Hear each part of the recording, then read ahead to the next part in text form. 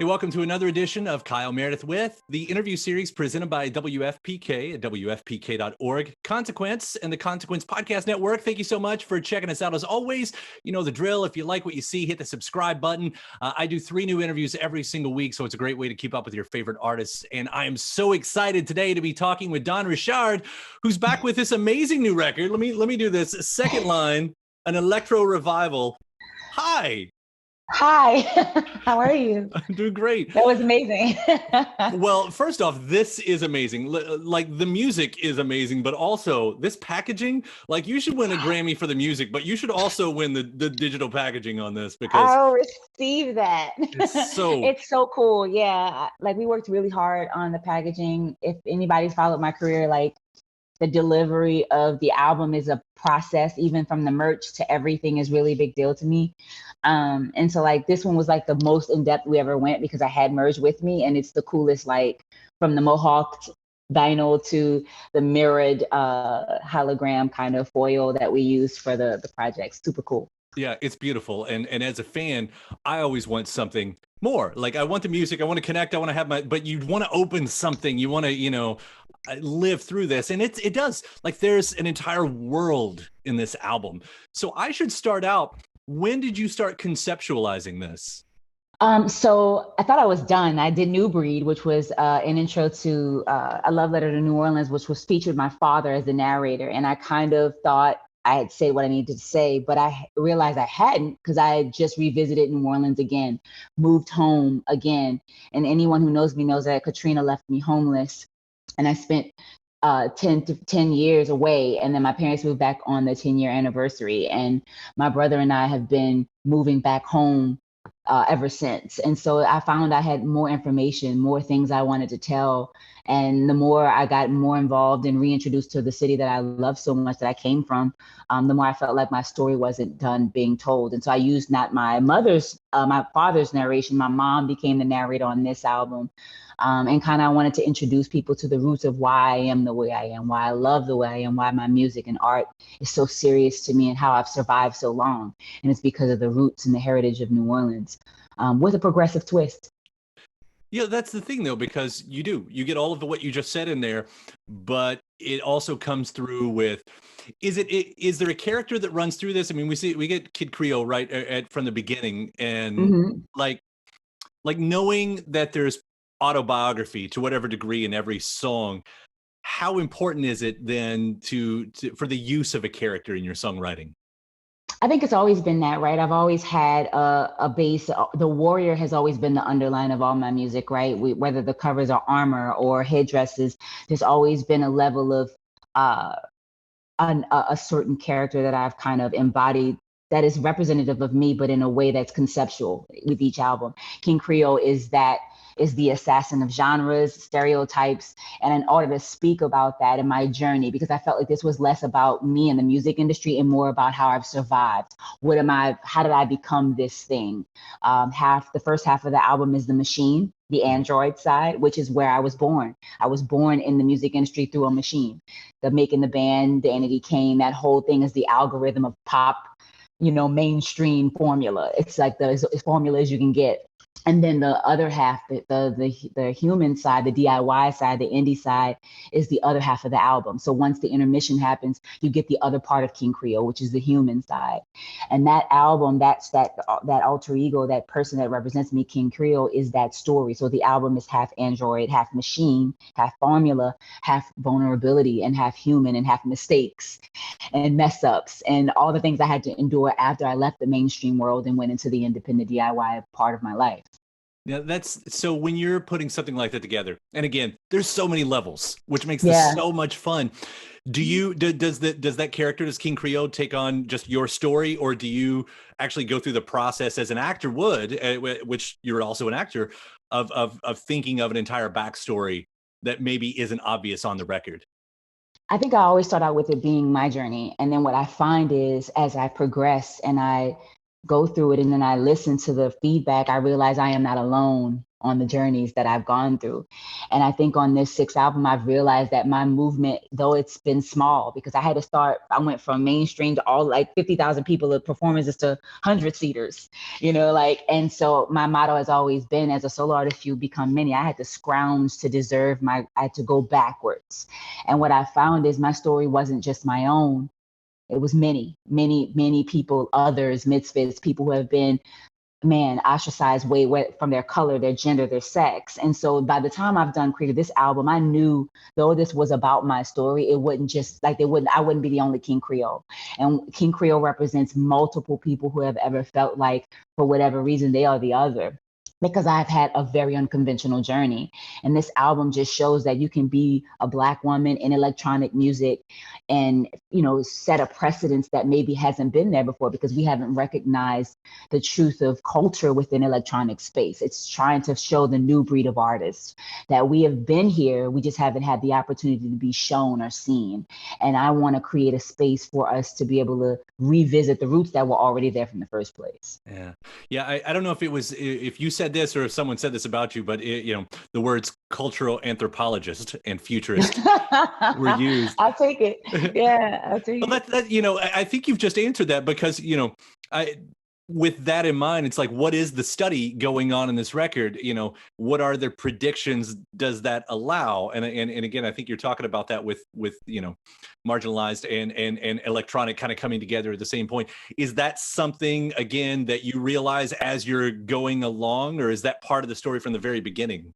From the very beginning. I mean, when I first started doing my solo career, even before then, I had always been in groups or in musical groups and projects that were a little bit ahead. Like Dirty Money, that concept was a bit ahead. Puff having two chocolatey girls next to him doing music that was electro soul in 2011 wasn't hot. Like, that was new, right? Danity Kane being signed, a pop girl group being signed to a rap label wasn't the most having Showstopper and then then Damaged, two completely different dynamics. And then as a solo artist, when I did my albums, they kept calling me alternative R&B as a Black girl, because I kept doing music that wasn't traditionally R&B.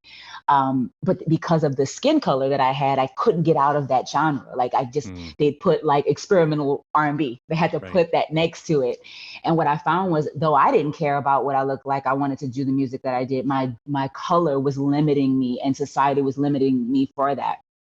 So my entire trajectory has been to choose to say, no, we belong here. I think with this album, it was more intentional. I wanted to show that, let's be truthful, dance music comes from Black culture. Detroit, house music, ballroom, dance, bounce, all of that is a Black culturally It started with dance. But we've lost our way in that sense, where now when you see the dynamic of what music and electronic is, it's heavily male and heavily white.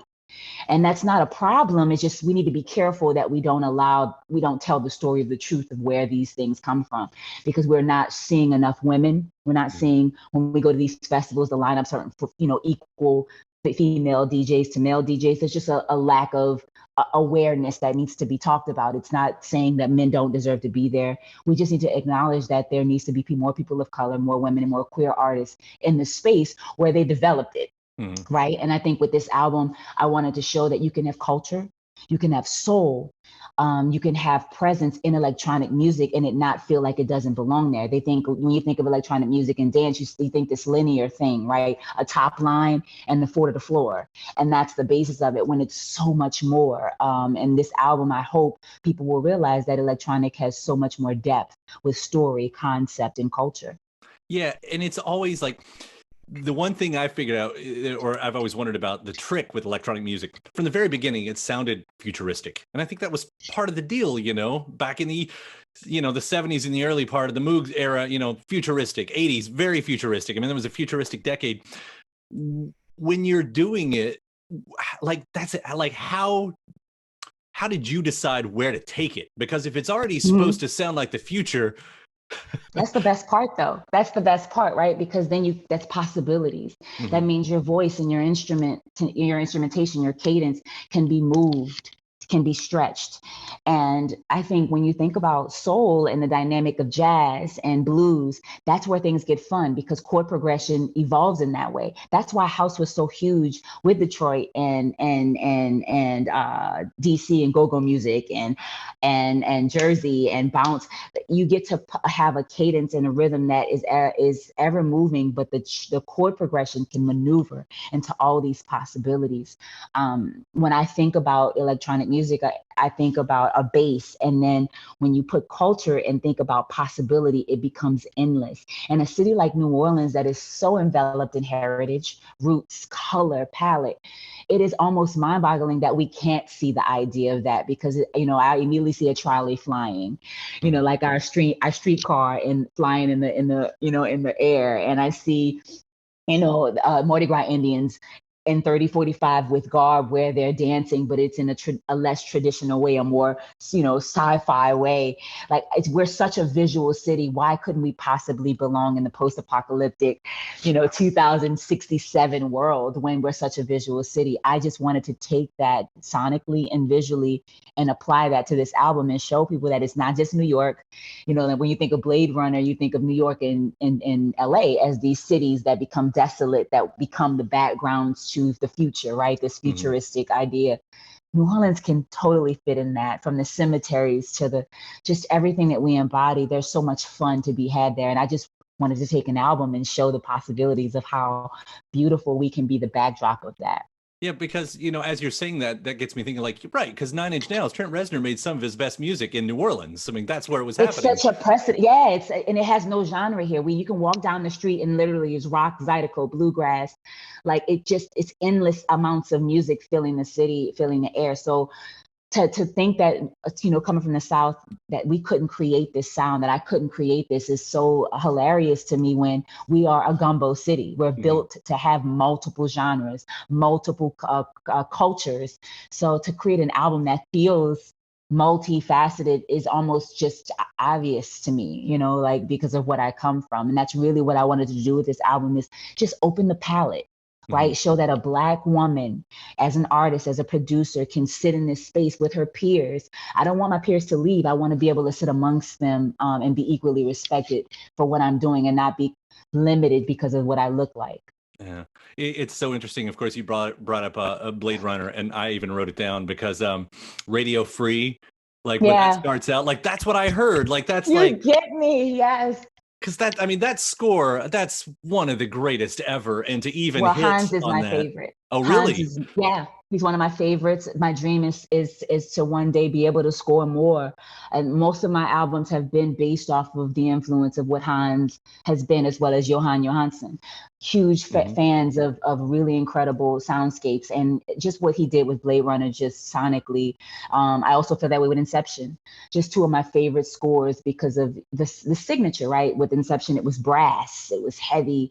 And then with Blade Runner, the synth and the idea of string and futurism together, and that was just beautifully done. Yeah. Oh, you connected that so well, especially right there. And then, we got to go way back in time for another one, because Le Petit Mort, I think I'm saying that right. Yeah. I mean, here you are going on Moonlight Sonata, which, by the way, I mean, you got to have courage to take something like that and then put your own top line on top of it. What made you go for that?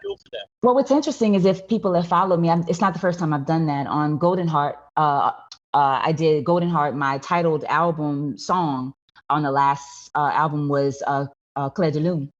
I sung on Clair de Lune. So this is not something I always tend to play with it. And because of that is because of my father's degree in music, and how I learned my love of music through him getting a master's in learning Debussy, Chopin, Beethoven. Like, that was something that I grew up on. So usually through the album, I'll have something like that through every album. And Moonlight Sonata just, to me, fit the scoring of the sequencing of what I was trying to create, and just really a wail. It wasn't supposed, like, I know some classical people cringe. They're like, oh, she's singing on top of but the point of it always is it's supposed to make you feel something, whether you hate it or love it. It's the truth of how I feel in that moment. And to put something so so vintage, such something so untouchable, and to put a cry over top of it is so, to me, pure and so chaotic and real to a desolate time of what New Orleans is, right? If you think of a dirty cemetery alone and just kind of like quiet, and then you think about that playing, it's such an honest place where you would hear something as pure as a Beethoven, Moonlight Sonata, and then a Black girl just pouring her heart out in that moment of what it means to lose, to die, to have a death of something that you already knew, the transition of life. That's what I think it would sound like, something very unconventional, something very uncomfortable. And I loved doing it. I do it often on my projects because of it's very true to me. Yeah. And it's like, I would think that to take something as iconic as a song like that, like the story has to match that iconic status. I mean, what you're doing, like I don't know if that's intimidating at all, to try to get. It's because I'm not looking for people to. I'm not searching for vindication. I'm not asking the classical world to respect me because I butchered. No, in this moment, this is what I relate to. That record moves me, and I understand that record. That record moves me to say this. That's what I felt when I think of the little death, when I think of a moment of getting rid of something that has been a part of my life for so long. That's the song I feel, and that is what I feel I want to do it on. And what I never do it to be iconic. I choose things that move me, and that was something that I felt like was honest. And you'll either love it or hate it, but isn't that art? That's true. You also made me realize that Moonlight Sonata might have been the very first emo song. It's so emo, It's so good, right? It's so good. And what's funny is I never really loved. I was more, like I said, I was more of a Debussy fan. So Moonlight Sonata came very later in it, that I just kept listening to it, and it felt like death to me, like a melancholy. And in the transitional part of the album where I was going to the human side of things, to say the very first sentence to be, this is the last time I'm going to talk about, write a song about music, about this hurt, was real. Like, that's the first thing, this wail of like imperfection against something so beautifully perfect and so, so beautifully orchestrated, while everyone knows this record. And then just to put something really, like, to call it death, it's like brilliant. It's almost brilliant. Like, it's taking something and flipping it on its head. And I always enjoy doing that, because for me, I'm going to be fearless in the choice of the story. It feels good in the story. And whether, like I said, I don't go with vindication or validation. I just do it if the concept fits and it's telling the story that I want to tell. Well, those fearless moments are all over it. I'll bring up one more track with Selfish. I love the epicness of this song right here. I mean, first, from the production of the panning that's going on to the movements. I mean, there's 3 or 4 movements that happen in this. The basic question, tell me about what went into this one. I have a thing for intros and outros and interludes, too, interludes. I pay more attention to the short moments than I do the long ones. And I thought it'd be really cool to have an outro that was 9 minutes long, because again, when you think of the end of a film, right? That's what you think of, right? When the credits roll, what is this song that plays? And that's how I wanted to create Selfish. And it also builds to the next project and what that will be. So it was purposeful to have tradition, like constant transitions throughout the process of it. Also, what it means to be selfish can be depicted in multiple ways. We think of ourselves and we think selfish is a negative thing, but to be aware of self and to have self-care, we feel guilty constantly for the idea of actually catering to ourselves. And we go through moments of like, I need a moment to myself. And then when we're in the moment, there's guilt, and then we try to get out of it. And that's exactly what the journey of Selfish becomes, right? The beginning feels like this, I'm finally going to have a moment to myself. It's grand. There's no music, there's no singing. It's just setting it all up. And then you're like, okay, I'm sitting in my selfishness. And in the end feels like, I spent way too much time thinking about myself. And so it goes into this darkness, right? And that's the truth of what it means to go through finding yourself. And it's also, for me, the third project that I'm working on, where it's not going to be about my relationship with music anymore. It's going to be about my relationship with myself and how I've grown as an artist within myself. And I think that's going to take that's a longer song. That's a longer process. And so it was perfect for the outro to be this entire experience, because that's the truth of what we go through when we try to find ourselves in that journey. It's so interesting, just the way the universe kind of sets things in your lap sometimes. I'll only recall an interview that I was doing earlier today with Imagine Dragons, and he was talking about the Dawkins book, The Selfish Gene. Yeah. And he was talking about, to help people is selfish. I mean, that's what we were talking about the whole time in there. And it's like, man, this is really speaking to me today, what you guys are doing. So but it's real, and it's like you there's guilt constantly when you help others. And then even it's when you turn the mirror to yourself, that's the harder journey. But I also feel like because it's the harder journey, it's the longer one. So it made sense for that to be one of the longer songs on the album, because that journey to find self is a way longer process, and it is not linear. It moves constantly. And that even having that vocals the first 2 minutes of the song is the truth, right? Because you have to just look inward and not even say anything. You have to decide to even acknowledge that you're going to go to self. And that's a true journey that I wanted to create within the outro. Yeah. Well, of course, I've got to ask, because you brought it up. So, I mean, you're part 3, as you're talking about. There's a part here. 3. There is a part 3. How far along are you? That's the thing, right? I didn't want to go and be any farther along. I have so many records. I'm building, and I'm not going to give myself a time period. I'm just going to go at it. I want to breathe with this process, because I think I never imagined for this to be received as well as it has been. I'm so grateful. This is the 6th project, and I was just looking at the amount of love and the critically acclaimed. It's hard to continuously try to give you guys quality and to be purposeful and to have content that is constantly conceptual and with meaning and purpose. So I'm going to take my time, but there is a third. This will be a trilogy again. Yeah. I love that. That's amazing. I didn't mean to. Yeah, to be fans though, that's I'm surrounded by concept artists all around this room. I've got Bowie behind me, and everybody else. I love this stuff. But it should be noted, taking your time, this isn't the only thing that you're doing. I was just reading that you're starring in Isaac, right? This is a new I did a new thing that just happened. I'm so excited about it too. I just the last 4 months have been prepping for this greatness that is about to happen. I know Dove Cameron is in it as well, so this is going to be a fun transition for a serial killer, a more suspenseful type of feel. I'm excited to dip my toes in that. Yeah. Yeah, and what, you're playing an agent, is that right? I am a police agent. Yeah. It's going to be fun. Yeah. It sounds like fun. So, you've got the acting, you've got the music, and you've got this conceptual thing. What have you thought about writing the screenplay? I mean, it seems like it's the perfect time for the type of things that you're doing. I know, right? I would try. I've already wanted to do. I'm heavily into animation. I work with Adult Swim, the creative director over Adult Swim, and I wanted to take King Creole into an animated series, actually.